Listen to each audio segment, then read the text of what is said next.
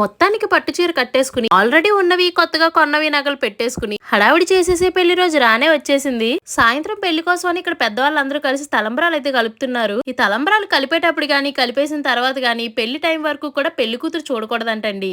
ఈ విషయం మీకు కూడా తెలుసా? ముందుగానే ఎంగేజ్మెంట్ డేట్ అది ఫిక్స్ చేసుకున్నాక ఆ టైంలో చేసుకోవడం కుదరలేదని పెళ్లి రోజు పొద్దున్నే ఇలా చిన్నగా రింగ్స్ మార్చుకునే ఈవెంట్ అయితే ప్లాన్ చేశారు. ఇక్కడ మీరు చూస్తున్నదైతే అయానికి తాతమ్మలు, అంటే కిరణ్ కి ఒకరు నాయనమ్మ, ఇంకొకరు అయితే చిన్న నానమ్మ. నాయనమ్మ అయితే ఆల్రెడీ మన వీడియోస్ ద్వారా మీ అందరికి పరిచయమే. పెళ్లి ముహూర్తం అయితే సాయంత్రం 7:30కి త్వరగా వచ్చేసింది. ఇంకా చుట్టాలందరూ చకచకా మండపానికి వచ్చేసారు. కిరణ్ ఎప్పుడో తన చిన్నప్పుడు చూసిన మేనత్తల్ని ఇంకా వేరే చుట్టాలందరినీ కలిసినందుకు చాలా హ్యాపీగా ఫీల్ అయ్యాడు. ముందు రోజు అర్ధరాత్రి 2 వరకు కూర్చుని పెళ్లి కూతురు చేతిలో పెట్టే ఈ బొండాన్ని అయితే కష్టపడి రెడీ చేసాం. మొత్తానికి కన్యాదానం అయిపోయింది. అయ్యానైతే మొదటిసారి వాళ్ళ అత్త పెళ్లిలో కూర్చుని బంతి భోజనాలు తిన్నాడు. పనిలో పని మా వాళ్ళ బర్త్డే ఉంటే పెళ్లిలోనే కేక్ కూడా కట్ చేయించేసాం.